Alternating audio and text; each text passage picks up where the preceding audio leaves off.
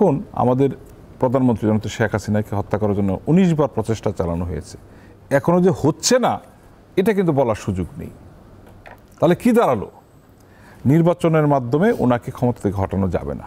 Advocate Riazul কবির কাউসার,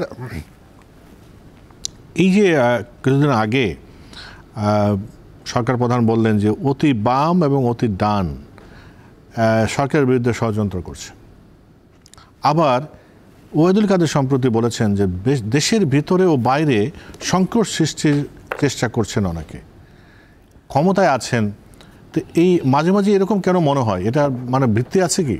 দেখুন, যারা নির্বাচনের পথে হাঁটেন না, নির্বাচনী প্রক্রিয়ায় ক্ষমতা হস্তান্তর বিশ্বাস করেন না, বা সেই ধরনের সাংগঠনিক অবস্থান নেই, জনসম্পৃক্ততা নেই, তারা ক্ষমতায় আসার জন্য তো অন্যভাবে চিন্তা করবেই।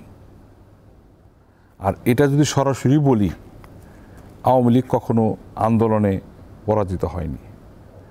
আন্দোলনে জয়ী হয়ে আওয়ামী লীগ নির্বাচনে জয়ী হয়।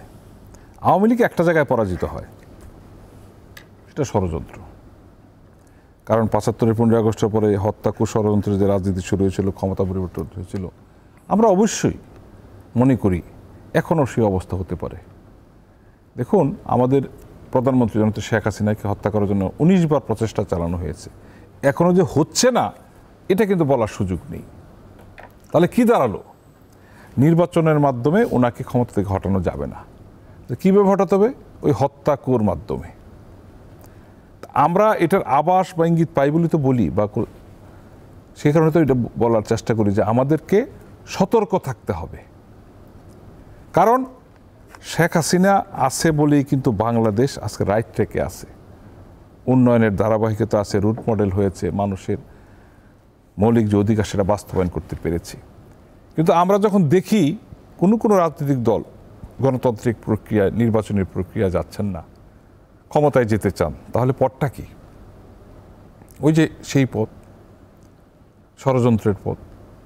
সেই কারণে তো আমরা বলি যে এটা আপনাদের মনে হয়েছে। দেখুন, এই যে শেখ রবিউল আলম বললেন পরাজিত যারা হয়েছেন, দেখুন নির্বাচনে পরাজিত হলে অনেক কথা বলেন, সেটা ডান বলেন আর বাম বলেন, পরাজয়ের একটা গ্লানি কিন্তু আছে, বা একটা বেদনা আছে, সুখ বেদনা, জিততে হেরে গেলাম, এটা বলতে পারে। সেটা শরিক দলের লোক হলেও, হ্যাঁ অবশ্যই আওয়ামী লীগের লোক তো বলেছে যারা হেরেছে। আওয়ামী লীগ তো 62 নৌকায়, মেনন ভাই বিজয়ী হয়ে বলছে, আওয়ামী লীগ তো 62 আসনে হারছে না। ওইসব প্রার্থীরা অনেক কথা বলছেন, আমরা শুনি নাই, বলছে তো, বলছে। তাইলে আমি তো মানে ওইটা ধর্তব্য না, না আমি তো মানে হারলে করছি কথা, হারলে আবল তাবল বলে আর কি, ওটা ঠিক না। শোনেন, মেয়েদের প্রসব বেদনা যখন হয় খুব কষ্ট, কিন্তু পরবর্তীতে আবার হাসি আসে। তো নির্বাচনের ব্যাপারটা কিন্তু এই ধরনের, একটু কষ্ট তো লাগবে, আবার পরবর্তী নির্বাচন করবে, নেক্সট নির্বাচনে আবার সতেজ হয়ে যাবে, নির্বাচন করতেই হবে, এটাই বাস্তবতা।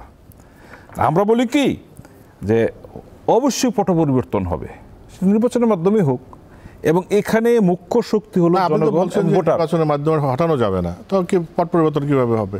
আমি তো বলছি নির্বাচনের মাধ্যমে পট পরিবর্তন হবে, কিন্তু আপনি তো নির্বাচনের পথে হাঁটছেন না। আর এটার যে নিয়ামক শক্তি সেটা হলো জনগণ এবং ভোটার, তাদেরকে আমলে নিচ্ছেন।